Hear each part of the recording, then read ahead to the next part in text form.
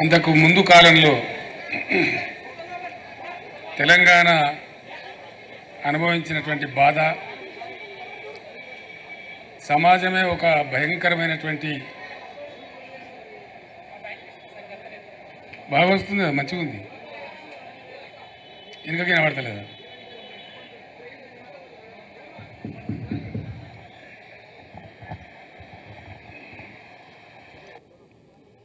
ఊహించుకుంటేనే కొంచెం ఇప్పుడు కూడా దుఃఖం వచ్చేటువంటి పరిస్థితి. యావత్తు తెలంగాణ, ఇంచుమించుగా మొత్తం తెలంగాణ వరుస కరువులకు, వలసలకు ఎందుకు వినబడతలేదు?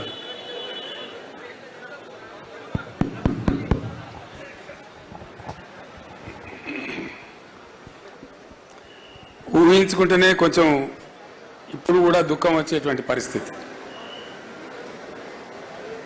యావత్తు తెలంగాణ, ఇంచుమించుగా మొత్తం తెలంగాణ వరుస కరువులకు, వలసలకు, కరెంటు కోతలకు, ఆత్మహత్యలకు, చేనేత కార్మికుల ఆకలి చావులకు ఒక భయంకరమైనటువంటి దృశ్యంగా చాలా కొద్దిపాటి పిడికడ మందిగా ప్రభుత్వాలలో కొనసాగుతున్నటువంటి మిత్రులు, అనేక హోదాలలో పనిచేసిన వాళ్ళం చాలా సందర్భాలలో కలిసి మా దుఃఖాన్ని పంచుకునేది, బాధపడేది.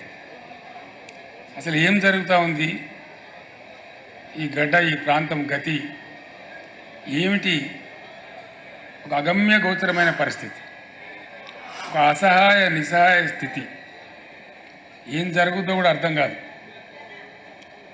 నేను ఎమ్మెల్యేగా ఉండే టైంలో మన తెలంగాణ ప్రాంతానికి సంబంధించినటువంటి ఒక 25-30 మంది శాసనసభ్యులతోని కనీసం ఒక 30 సార్లు సమావేశాలు పెట్టినాం. ఏం చేద్దాం, అసలు ఏం చేయాలా, ఏం జరగాల, మన గతి ఇంతేనా, మనకేమి నిష్కృతి లేదా, ఎవరు కూడా చెప్పలేని పరిస్థితి. ఒక పరిహాసాస్పదంగా తెలంగాణ అంశం మారిన పరిస్థితి. ఆ రోజు కరెక్ట్గా సిచ్యువేషన్ ఏంటంటే, ఎవరో కొంతమంది కొన్ని సందర్భాలలో తమ చిల్లర రాజకీయ అవసరాల కోసం తెలంగాణ ఉద్యమాన్ని ప్రారంభించడం, దాన్ని నెలలో, 2 నెలలు, 3 నెలలు, 4 నెలలు నడిపి కాడెత్తేయడం, వేరే వాళ్ళకంటే కూడా తెలంగాణ వాళ్ళు కూడా తెలంగాణను హాస్యాస్పదం చేసేటువంటి స్థితికి నెట్టివేసినారు. ఆ బాబు ఆ ఫోటో ఉండి అమ్మ తర్వాత తీసుకున్నాడు, పట్టుకోను, ఈ టైంలో కాదు కదా, ఆ ఫోటో కూడా పెట్టుకో, 4 ముచ్చట్లు మాట్లాడుకున్నాక పెట్టుకుందాం అదంతా. సో అట్లా ఎవ్వరు కూడా తెలంగాణ రాష్ట్రం వచ్చుడు కాదు, అసలు తెలంగాణ అంటే మాట్లాడే కష్టం. ప్రణయ భాస్కర్ అనే ఒక ఎమ్మెల్యే శాసనసభలో తెలంగాణ అంటే స్పీకర్, ఆనాడు ఉన్నటువంటి స్పీకర్, మీరు తెలంగాణ అనే పదమే మాట్లాడకూడదండి, వెనుకబడిన ప్రాంతం అని మాట్లాడండి అని, తెలంగాణ అనకూడదు అని స్పీకర్ స్థానం నుంచి ఉత్తర్వులు జారీ చేసేటువంటి దుస్థితి. అంటే ఎక్కడికి పోయింది తెలంగాణ? చాలా భయంకరం. ఊహించుకుంటే తెలంగాణ అనవద్దు అని శాసనసభలో స్వయంగా సభాపతి గారు చెప్తారు. So where was Telangana? Very dangerous situation. ప్రణయ భాస్కర్, వినయ్ భాస్కర్ వాళ్ళ అన్న, నేను కరెక్ట్గా చెప్పిన, మీరే కరెక్ట్గా వినలే. సో చాలా దుర్భరమైన పరిస్థితి. ఎక్కడన్నా ఏదైనా సందర్భంలో 10 మంది కూర్చున్న చోట తెలంగాణని ముచ్చట పడితే క్యా లగాయ భయ్, క్యా దుకాన్ లగాయ, అంత ఈజీగా, అంత పేలవం అయిపోయింది తెలంగాణ.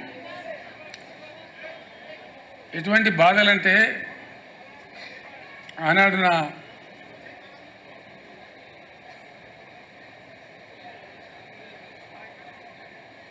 అడ్వైజర్గా, సహచరునిగా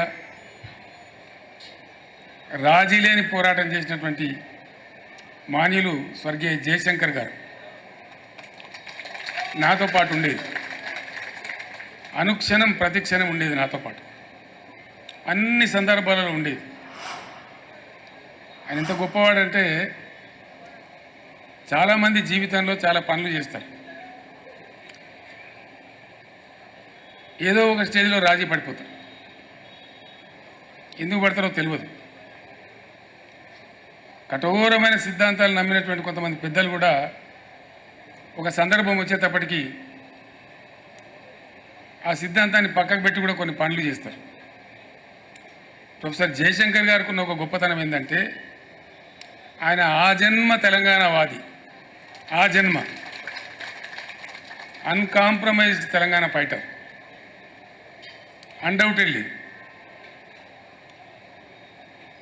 ఎందుకంటే ఒక 14-15 ఏళ్ళు సుదీర్ఘంగా ఆయనతో పాటు నేను కలిసి పనిచేసిన కాబట్టి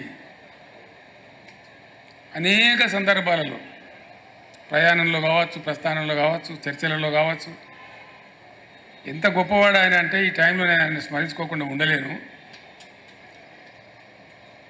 అట్లాంటి మనుషులు అరుదుగా ఉంటారు ప్రపంచంలో. ఎక్కడి నుంచి ప్రారంభమైంది సార్ మీ ప్రస్థానం అంటే హైదరాబాద్ స్టేట్గా ఉన్నప్పుడు, అక్కడ ఆంధ్ర రాష్ట్రం ఉన్నప్పుడు నిజాం రాజు పెట్టినటువంటి పాఠశాలలు ఉండేవి మన దగ్గర. మల్టీపర్పస్ హై స్కూల్స్ కావచ్చు, మరొకటి కావచ్చు. మర్కజీ స్కూల్ అని ఒకటి ఉండేది వరంగల్ టౌన్లో. ఆ మర్కజీ స్కూల్లో ఆయన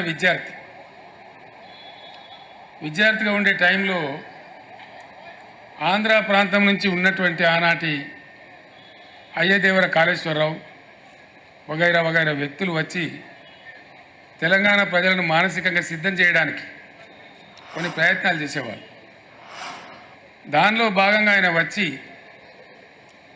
మీ తెలంగాణ భాష మొత్తం చెడిపోయింది, కులిపోయింది, మీ తెలంగాణ భాషలో బాగా ఉర్దూ ఉంటుంది, మీది స్వచ్ఛమైన తెలుగు కాదు అని ఒక హేళన చేసినట్టుగా మాట్లాడుతూ మీరు సంస్కరించబడాలి, మిమ్మల్ని సంస్కరించడానికి మేము ఆంధ్ర ప్రాంతం నుంచి వస్తాం అంటే వీళ్ళు లేచి జై తెలంగాణ అని చెప్పి పిడికిలు బిగించి రాళ్ళు విసిరేస్తే మొట్టమొదటి లాఠీ చార్జ్ అక్కడ జరిగింది వరంగల్లో ఆ విద్యార్థుల మీద. అంతకుముందు కూడా ఖమ్మంలో కొంత జరిగింది, కానీ ఇది తెలంగాణ ఏర్పాటు అయిన తర్వాత ఖమ్మంలో జరిగింది. తెలంగాణ ఏర్పడక ముందు హైదరాబాద్ స్టేట్గా ఉన్నప్పుడు జరిగిన సంఘటన ఇది. అక్కడి నుంచి ఆయన ఏ రోజుకైనా సరే తెలంగాణ తన అస్తిత్వాన్ని కోల్పోకూడదు, తెలంగాణ తెలంగాణగానే ఉండాలి అని మనసులో పూర్తిగా బాగా సంకల్పం తీసుకొని ఆయన జీవితకాలం అంతా కూడా పనిచేసిండు. ఎట్లా చూస్తే అట్లా, ఆయనకి ఎంత చేతనైతే అట్లా. ఆనాడు ఉన్నటువంటి ముఖ్యమంత్రి బ్రహ్మానంద రెడ్డి గారు స్వయంగా పిలిచి బెదిరిస్తే కూడా నేను ఊసి చేస్తామంటే చేయండి సార్, మీ చేతిలో అధికారం ఉంది, నేను మాత్రం తెలంగాణ పంతా వీడే ప్రశ్నే లేదు అని చెప్పి నిలబడ్డ దీశాలు. అట్లా ఇంక అనేక సందర్భాలు, అనేక బెదిరింపులు, అనేక ఇది. ఒక తీయటి అనుభవం ఏంటంటే వారితోని వారు ఎంత అన్కాంప్రమైజ్డ్, ఎంత రాజీ లేని పోరాట పందా ఉన్న వ్యక్తి అంటే, సరే జరిగింది, జరుగుతూ వచ్చింది, చరిత్ర అంతా జరిగింది, విలీనమైంది. విలీనం టైంలో సిటీ కాలేజ్ దగ్గర 7 విద్యార్థులను చంపేసినారు కాల్పులలో. అవన్నిటికీ సాక్షి ఆయన. తదనంతరం తెలంగాణ ఉద్యమం కోసం కూడా పరితపించిన వ్యక్తి. 69లో ఉద్యమం వచ్చింది, చాలా ఉవ్వెత్తున ఎగిసిపడ్డది. చాలామంది పెద్దలు పోరాటం చేసినారు, వాళ్ళని కూడా మనం సదా స్మరణీయులు. వాళ్ళు నా ముందు కూర్చున్నారు విజయసింహారెడ్డి గారు, నల్గొండ నాయకులు. వారి తండ్రి గారు బ్రహ్మాండమైనటువంటి కృష్ణారెడ్డి గారు ఆ రోజు పోరాటంలో అగ్రభాగంలో ఉన్నారు.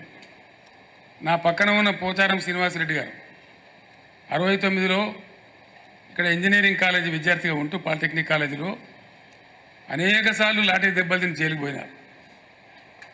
ఇట్లా చాలామంది గురించి చాలామందికి తెలియదు. అనేకులు పనిచేసినారు, పని చేయలేదని ముచ్చట్లేదు. వారందరూ కూడా మనకు సదా స్మరణీయులు. వాళ్ళందరికీ మనం చేయెత్తి మొక్కాల్సిందే. ఉవ్వెత్తిన ఎగిసిపడ్డ ఆ ఉద్యమం కొద్దిగా పందా యొక్క లోపం వల్ల, వ్యూహ లోపం వల్ల అది ఘోరంగా విఫలమైపోయింది. విఫలమైన తర్వాత కూడా జయశంకర్ గారు తన పందా వీడలే. ఆయన రాస్తూనే ఉన్నాడు, సమీకరిస్తూనే ఉన్నాడు, ప్రతి సంవత్సరం బడ్జెట్లో అనాలిసిస్ చేస్తూనే ఉన్నాడు, తెలంగాణకు జరిగే అన్యాయాలను రికార్డు చేస్తూనే ఉన్నాడు. ఆ రోజుల్లో కంప్యూటర్ ఉండేది కాదు. కంప్యూటర్ వచ్చేదాకా, కంప్యూటర్ వచ్చిన తర్వాత కూడా ఆయన రికార్డు చేస్తూనే ఉన్నాడు. చేసి జరుగుతూ ఉండే. నేను అడిగిన ఒక రోజు, జయశంకర్ గారు 69లో ఘోరమైన వైఫల్యం వచ్చింది కదా, ఇంకో విచిత్రమైన విషయం మీకు గుర్తు చేయాలి నేను. ఇవి అవసరం, మనకు తెలియాల్సిన అవసరం ఉంది. మీరంతా ఈ స్టేజీ పైన కానీ కింద కానీ అతి ముఖ్యమైన నాయకులు ఉన్నారు కాబట్టి ఈ విషయం నేను మీతో పంచుకోవాలని అనుకుంటా ఉన్నా. 69 ఉద్యమంలో ప్రధానమైనటువంటి అంశం ముల్కీ రూల్స్, చాలా ప్రధానమైన అంశం. ఆనాడు ఉన్నటువంటి యువకులు, చదువుకుంటున్న విద్యార్థులు, ప్లస్ ఉద్యోగులుగా ఉన్నటువంటి వాళ్ళు, మన టీఎన్జిఓలు, వాళ్ళు కూడా బాగా హైలైట్ చేసి కొట్లాడిన విషయం ఏంటంటే ముల్కీ రూల్స్. మేము చదువుకుంటే ఏం లాభం, మా ఉద్యోగాలు మాకు వస్తలేవు కదా, తస్కరించబడుతున్నాయి కదా అనేది మేజర్. నీళ్ళ విషయంలో అప్పుడు కాలాలు కొంచెం బాగుండేది, వర్షాలు బాగా కురిసేది. ఈ మన మన మన ఉద్యమ ప్రస్థానంలో జరిగిన ప్రస్తావన తక్కువ ఉండేది అప్పుడు, కానీ ప్రధానంగా ముల్కీ రూల్స్ మీదనే ఉండేది. ఒక విచిత్రమైనటువంటి పరిస్థితి ఏంటంటే ముల్కీ రూల్స్ పేరిటనే అసలు అందులో పాల్గొన్న వాళ్ళు చెప్తే కళ్ళకు నీళ్ళు వస్తాయి మనకు. రాజ్భవన్ గేట్ ఎదురుగా ఒక సంఘటన, వాళ్ళు బుల్లెట్లు కొడతా ఉంటే వీళ్ళు రాళ్ళు కొడతా ఉన్నారు, చచ్చిపోతున్నారు. ఇంద్రవల్లిలో గిరిజనులు ఏ విధంగా కొట్లాడినరో, పోలీసు తూటా వస్తూ ఉంటే మరో 10 మంది ఉరుకుతా ఉన్నారు, తూటాకు ఎదురుగా తూటా వస్తుంది, నేను చస్తా అని తెలిసి కూడా. అంత ఆవేశపూరితంగా ఉద్యమం జరిగింది. చచ్చిపోయినారు, 8-9 మంది చచ్చిపోయినారు ఆ రైలు పట్టాల మీద పడి, రాజ్భవన్ ఎదురుగానే. అంత బాగా జరిగింది. సరే, ఉద్యమం సమసిపోయింది, తెలంగాణ రాలేదు. ఉద్యమ సందర్భంలో కొత్త పొటమరింపు. ఉద్యమం అయిపోయిన తర్వాత పివి నరసింహారావు గారిని ముఖ్యమంత్రి పెట్టినారు. పివి నరసింహారావు గారు ముఖ్యమంత్రిగా ఉన్నారు. ఆయన కూడా తెలంగాణ బిడ్డ. ఆయన 2 రాష్ట్రాలు కలవాలని ఉండి ఆయనకు పాపం విశాలాంధ్రలో ఏదో గొప్ప జరుగుతుందని ఆయన కూడా ఆశపడ్డాడు. కానీ మోసం జరిగింది, ఆయన మనసులో ఉంది. ముల్కీ రూల్స్కు సంబంధించిన అంశం పోరాటం నుంచి, ఉద్యమ రూపం నుంచి పోయి లీగల్ బ్యాటిల్గా మారి సుప్రీంకోర్టులో పెండింగ్లో ఉంది. కరెక్ట్గా 73లో పివి గారు ముఖ్యమంత్రిగా ఉండే టైంలో సుప్రీంకోర్టు తీర్పిచ్చింది తెలంగాణకు అనుకూలంగా. Mulki rules shall continue for Telangana అనగానే ఆంధ్రాలో జయాంధ్ర మూమెంట్ పెట్టింది. జయాంధ్ర ఉద్యమం పెట్టి చాలా ఘోరంగా జరిగింది. అది కూడా అక్కడ కూడా 60-70 మంది చనిపోయినారు పోలీస్ కాల్పులలో, వందలాది వేలాది మంది అరెస్టులు అయినారు. చాలా ఒక 5-6 నెలల పాటు బీభత్సంగా జరిగింది. అది కూడా మళ్ళీ ఢిల్లీ ఆ ఆంధ్ర ప్రాంతంలో జరిగిన ఉద్యమాన్ని మాత్రమే పరిగణలోకి తీసుకొని సుప్రీంకోర్టు తీర్పును కాలరాస్తూ రాజ్యాంగ సవరణ చేసింది. నేను ఎందుకు చెప్తున్నా ఈ అంశం ప్రధానంగా అంటే 69లో ఉద్యమం కూలిపోయి నిరాశకు గురైన తెలంగాణ ఇక లెవ్వలే. ఏ ముల్కీ రూల్స్ కోసమైతే రాజ్భవన్ గేట్ కాడ 8-9 మంది విద్యార్థులు చచ్చిపోయే పరిస్థితి వచ్చిందో, అంత ఆవేశపూరితంగా జరిగిందో, ఒక్క విద్యార్థి కాలేజీ లేడండి, యూనివర్సిటీ లేడు. నేను చిన్న పిల్లవాడిని 9వ తరగతిలో ఉన్నప్పుడు సిద్దిపేటలో బై ఎలక్షన్ వస్తే అప్పటి టీపీఎస్ అధ్యక్షుడు మదన్ మోహన్ గారు అక్కడ పోటీకి వచ్చారు. డాక్టర్ చెన్నారెడ్డి గారు తదితరులంతా వచ్చి మా ఇంట్లోనే క్యాంప్ ఉన్నారు వాళ్ళు. మేమంతా వాళ్ళకు భోజనాలు పెట్టేది. పెద్దలు వస్తే మన ఇళ్ళలో జనరల్గా ఇంటి వాళ్ళతోనే వడ్డిస్తాం కదా, అట్లా వడ్డించండి, ఆ చేయితోనే వడ్డించండి. నేను చెన్నారెడ్డి గారికి, రాజారాం గారికి, రాజమౌళి గారికి, అంజయ్య గారికి, ఆనాటి చెన్నారెడ్డి గారి ఉద్యమ సహచరులు ఎందరైతే ఉండరో నేను వడ్డించిన వాళ్ళందరికీ. అట్లా జరిగింది. ఆ టైంలో ఉప ఎన్నికలు కూడా గెలిచినారు. ఇక్కడ నారం జనార్దన్ రావు గారు గెలిచినారు, సిద్దిపేటలో మదన్ మోహన్ గారు గెలిచినారు, చెన్నారెడ్డి గారి నాయకత్వంలో 14-11 ఎంపీలు గెలిచినారు. అయినా కూడా ఆనాడు ఉన్నటువంటి ఇందిరాగాంధీ కనికరించలేదు. కానీ మళ్ళీ అదే ఆంధ్ర ప్రాంతంలో ఉద్యమం వస్తే సుప్రీంకోర్టు తీర్పును కూడా కాలరాసి కర్కశంగా రాజ్యాంగ సవరణ చేసి ముల్కీ రూల్స్ను రద్దు చేసినారు. రద్దు చేస్తే కలిగిన బాధ ఏంటంటే ఉద్యమ స్వరూపాన్ని మనం ఒకసారి అనాలిసిస్ చేస్తే ఇక్కడ ఎవ్వడు కుయ్యమనిలే కుట్టుకుమనిలే, అంత నిస్తేజం అయిపోయింది తెలంగాణ. అసలు మాట్లాడిన వాడు లేడు. ఆనాడు ఆమోస్ గారు అని చెప్పి టీఎన్జీ ఓ నాయకుడు ఉండేవాడు.